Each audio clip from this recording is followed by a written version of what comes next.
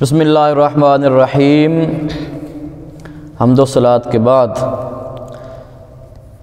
گزشتہ دنوں میں 11 اپریل بروز اتوار مورگا گاؤں میں جو قاری زبیر چشتی صاحب نے کلمات صادر کیے اور بہت بڑا فتویٰ انہوں نے پورے علاقے پہ لگایا، تو مجھے بہت دکھ ہوا۔ ان کا بیان مجھ تک پہنچا ہے، وہ بیان میں نے بغور سنا ہے۔ تو فتاویٰ وہی فتاویٰ کہ جس سے حضرت نے استدلال کیا، اور اس کا ٹائٹل بھی اپنے ویڈیو کا یہ رکھا کہ یہ شفاعت والی روایات بیان کرنا کیسا ہے۔ اب میں وہی مسئلہ، وہی فتویٰ اہلیان مورگا کے گوش گزار کرنے جا رہا ہوں، اور آپ نے اس پہ غور کرنا ہے کہ جیسے پہلے ہمیں شکوہ ہوتا تھا باقی مذاہب باطلہ کے لوگوں پر کہ وہ بتوں والی آیات ہمارے مزارات کے متعلق چسپاں کرتے تھے، اور جو آیات مشرکین کے متعلق نازل ہوئی ہیں وہ آیات پڑھ پڑھ کے اہل سنت و جماعت پہ وہ چسپاں کرتے تھے، تو آج کل ان کو اس چیز کی ضرورت ہی نہیں ہے، کیونکہ ہمارے خود ہی اہل سنت و جماعت کہلوانے والے لوگ، اللہ اکبر، بڑے افسوس کے ساتھ مجھے کہنا پڑ رہا ہے کہ اتنا بڑا فتویٰ انہوں نے مورگا کی سرزمین پہ لگایا، اور انہوں نے قطعاً یہ نہیں دیکھا کہ میں کون سا فتویٰ پڑھ رہا ہوں اور یہ کیسے معاشرے کے لیے فتویٰ لکھا گیا ہے اور یہ کیوں لکھا گیا ہے۔ اسی لیے میں نے اپنے پہلے ویڈیو بیان میں یہ بات کہی ہے کہ ہمارے مورگا کے علاقے کے 5 مقتدر، معتبر، معتمد علماء جن کا نام میں پہلے لے چکا ہوں، ان کی موجودگی میں بات ہوگی، کیونکہ وہ اس فضا کو سمجھتے ہیں، اور یہ ایک متفقہ یہ کلام ہے، اور یہ فقہ کا یہ ایک کلیہ ہے کہ من لم یعرف اہل زمانہ فہو جاہل، کہ جو بندہ اپنے زمانے کے احوال سے واقف نہیں ہے، اپنے موجودہ صورتحال سے، حالیہ جو واقعات ہیں یا جو اس دور میں چل رہے ہیں معاملات، جو بندہ ان سے واقف نہیں ہے، لوگوں کے رسم و رواج سے واقف نہیں ہے، لوگوں کے طور طریقے سے واقف نہیں ہے، تو اس کا فتویٰ دینا جو ہے یہ اس کی قطعاً شرعی طور پہ کوئی اجازت نہیں ہے۔ لہٰذا جو بندہ جس محفل میں بیٹھ کر، جس علاقے میں بیٹھ کر جو بات کر رہا ہوتا ہے، اسے جب پتہ ہی نہیں ہے کہ یہاں کا ماحول کیسا ہے، یہاں کے لوگ کیسے ہیں، تو انہوں نے یہ سوال بھی پڑھا اور جواب بھی پڑھا۔ اب دیکھیے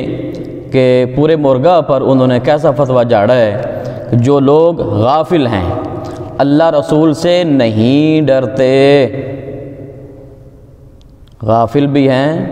اور اللہ رسول سے نہیں ڈرتے، اور ان کے حکم پر عمل نہیں کرتے، یعنی کہ اللہ رسول کے حکم پر عمل نہیں کرتے صلی اللہ تعالیٰ علیہ وآلہ وسلم، حرام و حلال اور جائز اور ناجائز کی پرواہ نہیں کرتے۔ یہ سارا فتویٰ لگ رہا ہے، ذرا مورگا والو غور سے سننا کہ جو فتویٰ انہوں نے لگایا ہے وہ کن لوگوں پر لگا ہوا ہے، غافلوں پر، اور اللہ رسول صلی اللہ تعالیٰ علیہ وسلم سے نہ ڈرنے والے، ان کے حکم پر عمل نہ کرنے والے، حلال و حرام اور جائز ناجائز کی پرواہ نہ کرنے والے، ان کے سامنے آج کل اکثر علماء اہل سنت قرآن مجید کی ان آیتوں پر تقریریں کرتے ہیں جو خدائے تعالیٰ کی رحمت سے متعلق ہیں اور ان کو شفاعت کی حدیثیں بھی سناتے ہیں، تو اس میں کوئی حرج تو نہیں ہے؟ اللہ اکبر۔ تو یہ اس کا مطلب یہ ہوا کہ قاری زبیر صاحب یہ کہنا چاہتے ہیں کہ یہ یہاں کے لوگ جو ہے ان کو حلال حرام کی تمیز نہیں ہے، اللہ سے ڈرتے نہیں ہیں، تو مجھے کوئی مثال دیں ایسی کہ، اور پھر آگے جواب میں بھی آ رہا ہے کہ بے شک حرج ہے، اس ماحول میں حرج ہے کہ جہاں پر لوگوں کو حلال حرام کی جائز ناجائز کی تمیز نہیں ہے، بے شک حرج ہے ایسے ماحول میں۔ اس لیے کہ جب عام طور پر یہ لفظ یہاں پر موجود ہے، 482 نمبر صفحہ ہے، اس پہ یہ بات موجود ہے کہ عام طور پر لوگ اللہ رسول جل مجدہ و صلی اللہ تعالیٰ علیہ وآلہ وسلم کے احکام کی پرواہ نہیں کرتے، نماز نہیں پڑھتے، زکوٰۃ نہیں دیتے، ماہ رمضان میں روزہ نہیں رکھتے، اور بلکہ اعلانیہ کھاتے پیتے ہیں۔ تو کیا مرغا کے لوگ اعلانیہ کھاتے پیتے ہیں؟ کیا یہاں اعلانیہ اللہ کی حدود کی پامالی ہو رہی ہے؟ یہ بات الگ ہے کہ کسی بھی انسان سے غلطی ہو سکتی ہے، غلطی ممکن ہے، تو کیا یہاں آپ کو پتہ ہے کہ یہاں ایسا ماحول ہے؟ اللہ اکبر، استغفر اللہ ربی من کل ذنب واتوب الیہ، اور طرح طرح کی برائیوں میں مبتلا ہیں۔ تو جب ان کے سامنے رحمت کی آیتیں اور شفاعت کی حدیثیں بیان کی جائیں گی تو اللہ رسول کا خوف ان کے دلوں سے بالکل جاتا رہے گا، ان کی بے عملی بڑھ جائے گی اور گناہوں پر وہ لوگ اور زیادہ جری ہو جائیں گے۔ تو آپ کیا ثابت کرنا چاہتے ہیں کہ یہاں کے لوگوں کو کوئی سینس نہیں ہے؟ میرے الفاظ پہ بھی آپ کو اعتراض ہوگا، اور پھر یہ تو آپ اپنے بیان میں کہہ چکے ہیں کہ میں 1 2 3 والا نہیں ہوں، تو 1 2 3 کوئی کفر ہے؟ اگر آپ نے کسی انگریز کو دعوت دینی ہے دین اسلام کی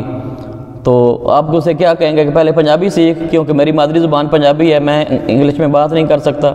یا آپ اردو سیکھو، میں اردو میں بات کروں گا، یا آپ عربی سیکھو، میں عربی میں بات کروں گا۔ تو کیسی آپ کی یہ رائے ہے، اور کیا آپ کہنا چاہتے ہیں یہاں پر لوگوں کو؟ اور پھر اگر آپ کو انگلش سے اتنی ہی نفرت ہے تو آپ اپنے اسی بیان میں موبائل فون کا جو نام لیا ہے، تو موبائل کو عربی میں کیا کہتے ہیں؟ اردو میں اس کی اردو بنائیں، کسی کی کال نہ آئے اس کی اردو بنائیں، کال کی اردو بنائیں، یہ بھی انگلش کا لفظ ہے، موبائل فون بھی انگلش کا لفظ ہے۔ تو آپ کیا ثابت کرنا چاہتے ہیں؟ آپ اتنے ایسے الفاظ آپ نے استعمال کیے کہ جو میں بالکل یہاں دہرانا نہیں چاہتا اس اپنے بیان میں، لیکن ماحول ہوتا ہے ہر جگہ کا، یہ مرغا کا ماحول اتنا پاکیزہ ماحول رہا ہے، یہاں مرغا کے جو پرانے لوگ ہیں وہ بخوبی اس چیز سے واقف ہیں کہ یہ ایسا ماحول ہے، ایسا ماحول تھا کبھی آج سے کچھ عرصہ پہلے، جو بزرگ ہیں وہ اس کو بخوبی جانتے ہیں کہ یہاں فقط اہل سنت و جماعت ہی تھے، اور پھر ایسے لوگ یہاں پر موجود ہیں اب کہ مذاہب باطلہ والے کہ جو شفاعت کا انکار کرتے ہیں، جو عقیدوں کو بیان نہیں کرنے دیتے۔ تو ایسے ماحول میں اگر لوگوں کو نبی کریم صلی اللہ تعالیٰ علیہ وآلہ وبارک وسلم آپ کی شان سنائی جائے یا آپ کی نعتیں اور پھر آپ ایک طرف یہ بھی کہتے ہیں کہ ہماری زندگی گزر جائے نعتیں سنتے سنتے، ہم ساری زندگی نعتیں سنتے رہیں، تو نعت میں کیا ہوتا ہے؟ نعت میں سرکار کی شان نہیں بیان کی جاتی، نعت میں سرکار کی شفاعت کا ذکر نہیں کیا جاتا۔ تو آپ اسے کیا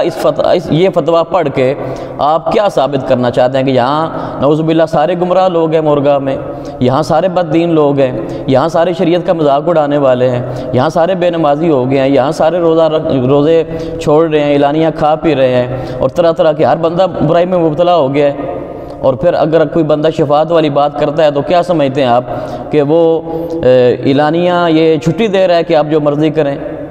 آپ کی موجودگی میں نے بیان کے آخر میں یہ الفاظ ادا کیے کہ عشق مصطفیٰ صلی اللہ تعالیٰ علیہ وآلہ وبارک وسلم کا مقصد یہ نہیں ہے کہ آپ نماز نہ پڑھیں یا بدعملی میں مبتلا ہو جائیں، بلکہ عشق مصطفیٰ صلی اللہ تعالیٰ علیہ وآلہ وبارک وسلم کا تقاضا یہ ہے کہ جب اذان ہو جائے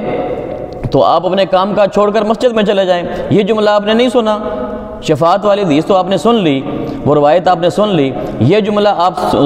اس وقت آپ نے کان میں کوئی انگلیاں ٹھونس لی تھیں جب میں نے یہ آخر میں یہ جملہ بولا کہ نماز ہمیں پڑھنی چاہیے، شریعت کی پاسداری کرنی چاہیے، شریعت کی حدود جو ہیں ان کو پامال نہیں کرنا چاہیے، تو آپ کیا ثابت کرنا چاہتے ہیں؟ فقط یہ ثابت کرنا چاہتے ہیں کہ بہت بڑی پگڑی باندھ کے جو ہے آپ مطلب کہ جو بھی بندہ آپ کے سامنے بیان کرے گا یا نعت پڑھے گا یا تلاوت کرے گا یا کوئی بھی بیان کرے گا تو آپ اس کو ویسے جھاڑ کے چلے جائیں گے اور آپ کو کوئی پوچھنے والا نہیں ہے، ایسا نہیں چلے گا۔ اور انشاءاللہ عز و جل میں نے جو بیان کیا ہے اس پر میں قائم ہوں، اور میں آپ کو انشاءاللہ ایسے لوگوں کی مثالیں دوں گا جب ہم بیٹھیں گے کہ یا تو پھر آپ ان پر فتویٰ لگائیں گے اور یا پھر آپ یہ فتویٰ بھی واپس لیں گے جو آپ نے میرے اوپر جھاڑ دی ہے۔ جو الفاظ میں نے وہاں استعمال کیے، میں الحمدللہ ایک ایک لفظ جو ہے وہ اکابرین اور ان کے جو مفہوم ہے مفہوماً وہ میں اکابرین اہل سنت و جماعت سے ثابت کرنے کا پابند ہوں، اور انشاءاللہ میں ثابت کروں گا۔ لیکن آپ بھی یہ ثابت کریں گے کہ کیا مرگا کی یہ فضا ہے کہ یہاں سارے بددین ہیں، یہاں سارے گمراہ ہو چکے ہیں، اور یہاں جو ہے یہ بھی آپ نے ثابت کر کے لانا ہے کہ کیا میں نے اعلانیہ یہ چھٹی دی ہے کہ کوئی عمل کی ضرورت نہیں ہے؟ کیا میں نے یہ کہا ہے کہ کسی کو نماز کی ضرورت نہیں ہے، روزے کی ضرورت نہیں ہے، یا جو بد عملی کر رہے ہیں اگر کوئی بندہ کر بھی رہا ہے، اور یقیناً ہر بندے سے میں تو یہ دعویٰ نہیں کرتا کہ میں بڑا پاک باز ہوں، اللہ رب العالمین نے خود قرآن پاک میں ارشاد فرمایا فَلَا تُزَكُّوا أَنفُسَكُمْ وَأَعْلَمُوا بِمَنِ اتَّقَىٰ، کہ اپنے آپ کو پاکیزہ نہ بناؤ، خود دعوے نہ کرو، اللہ رب العالمین خوب جانتا ہے کہ کون زیادہ تقوی والا ہے۔ تو وہاں نعرے لگانے والے ان کو بھی اتنا سینس نہیں ہے کہ یہ بندہ بات کیا کر رہا ہے، اور انہوں نے فتویٰ جھاڑ دیا پورے معاشرے کے اوپر، پورے ماحول کے اوپر، پورے اس علاقے کے اوپر انہوں نے فتویٰ جھاڑ دیا ہے، اور مجھے حیرانگی اور افسوس ہو رہا ہے ان لوگوں پر کہ جو ایسے لوگوں کی باتیں سن کر اور پھر آگے سے نعرے لگاتے ہیں اور سمجھتے ہیں کہ پتہ نہیں انہوں نے کون سا تیر مار دی ہے۔ ہمارے پاس بھی وہ کتاب ابھی میرے سامنے موجود ہے، اور میں کسی بھی مورگا کا کوئی بھی بندہ اگر دیکھنا چاہے تو وہ دیکھ سکتا ہے کہ یہ ایسا جو ماحول ہے، پہلے آپ نے یہ بھی ثابت کرنا ہے کہ کیا یہاں ایسا ماحول ہے، کیا یہاں سارے لوگ گمراہ ہو گئے ہیں نعوذ باللہ، یا سارے بے نمازی ہو گئے ہیں، یا سارے جو ہیں وہ یہ تو آپ کے سامنے ہے کہ اتنی عالی شان جو مساجد بنی ہوئی ہیں، یا مساجد میں کتنی رونق ہے، اور پھر جو قرآن محل بنایا گیا ہے بابا شادی شاہ شہید کے رحمۃ اللہ تعالیٰ علیہ کے دربار کے ادھر جو بنا ہوا ہے، تو آپ اشراق شاہ صاحب سے پوچھ لیں کہ وہ غیب سے کوئی فرشتے دے کر گئے ہیں، ڈونیشن کر کے گئے ہیں، وہ کس نے ڈونیٹ کیا ہے؟ وہ اہل ایمان نہیں ہے کیا؟ ان کو اللہ رسول پر ایمان اور اعتقاد نہیں ہے کیا؟ حلال اور حرام سارا انہوں نے مرغا والوں نے مکس کر دیا ہے۔ تو مجھے مرغا کے لوگوں پر اس بات کا ضرور افسوس ہے، لیکن اس سے پہلے یہ قاری صاحب پہ افسوس ہے۔ ہمارے لوگ تو ظاہر ہے وہ علماء کا احترام کرتے ہیں اور سمجھتے ہیں کہ مولوی صاحب نے جو بیان کیا ہے وہ حق ہے، کتاب سامنے موجود ہے، وہ اوپر سے دیکھ کے پڑھ رہے ہیں، تو کتاب سے دیکھ کے آپ پڑھ کے لوگوں کو گمراہی کا فتویٰ جھاڑیں گے کہ آپ سارے گمراہ ہیں، اور واہ جی واہ ماشاءاللہ جو 7-2-4 چیلے ہیں وہ کہتے ہیں جی کیا بات ہے جی مولوی صاحب نے کمال کر دی ہے۔ تو مولوی صاحب نے جڑیں اکھیڑ کے رکھ دی ہیں آپ لوگوں کی۔ مولوی صاحب نے یہاں جو ہے آپ کے اوپر ایسا فتویٰ ٹھوک دیا ہے کہ اس معاشرے کو ہی نعوذ باللہ انہوں نے کہہ دیا ہے کہ یہ لا دینیت والا معاشرہ ہے، یہاں پر کوئی حلال حرام کی تمیز نہیں ہے، جائز ناجائز کی تمیز نہیں ہے، اللہ رسول سے ڈرتے نہیں ہیں۔ تو کیا ایسے لوگ ہیں یہاں پر؟ یہ آپ ثابت کر کے لائیں گے کہ ایسا ماحول ہے۔ اسی لیے میں نے 5 لوگوں کو، 5 علماء کرام کو اور 10 ان لوگوں کو نام لیا ہے، نام بلکہ نہیں لیا بلکہ کوئی بھی 10 بندے جو اس محفل میں موجود تھے وہ موجود ہوں گے تو اس میں بات ہوگی۔ یہ نہیں ہے کہ آپ وہ مذاہب باطلہ والے لوگوں کی طرح جو کفار کے متعلق یا مشرکین کے متعلق آیات نازل ہوئی ہیں تو وہ ہمارے اوپر ٹھوس دیں، ہم اس کو انشاءاللہ اس طرح کی اجازت نہیں دے سکتے۔ اللہ رب العالمین کی بارگاہ میں دعا ہے کہ جہاں ڈر سنانے والی آیات ہیں قرآن پاک میں، وہاں بشارت والے بھی آیات ہیں، وہاں اللہ کی بخشش والے بھی آیات ہیں، تو کیا ہم صرف ڈر ہی سناتے رہیں؟ ڈر بھی سنانا ہے اور بخشش والی آیات بھی انشاءاللہ سنانی ہے، اور ہم نے اعتدال کے ساتھ چلنا ہے، ہم نے صراط مستقیم پہ چلنا ہے، ہم نے کسی ایک چیز کو لے کے نہیں چلنا، اور نہ ہی یہاں پر ایسا کوئی ماحول ہے الحمدللہ ثم الحمدللہ۔ یہاں عشاقان مصطفیٰ صلی اللہ تعالیٰ علیہ وآلہ وسلم کا علاقہ ہے، اور انشاءاللہ ہم نبی کریم صلی اللہ تعالیٰ علیہ وآلہ وبارک وسلم آپ کی نعتیں پڑھتے رہیں گے، آپ کا ذکر کرتے رہیں گے، اور انشاءاللہ عز و جل جو میں نے شعر بھی پڑھا ہے تو وہ بھی میں اس کا مفہوم اور ایسے شعراء سے اور ایسے علماء سے، ایسے اکابرین سے مفہوماً انشاءاللہ ثابت کروں گا کہ ہمارے بڑے بڑے بزرگوں نے یہ چیزیں لکھی ہیں، اور آپ میں اگر اخلاقی ضرورت ہوگی تو آپ ان پر بھی فتویٰ لگائیں گے کہ انہوں نے بھی یہ حرام کا ارتکاب کیا یا غلط کیا ہے۔ اللہ پاک ہم سب کا حامی و ناصر ہو، جزاک اللہ۔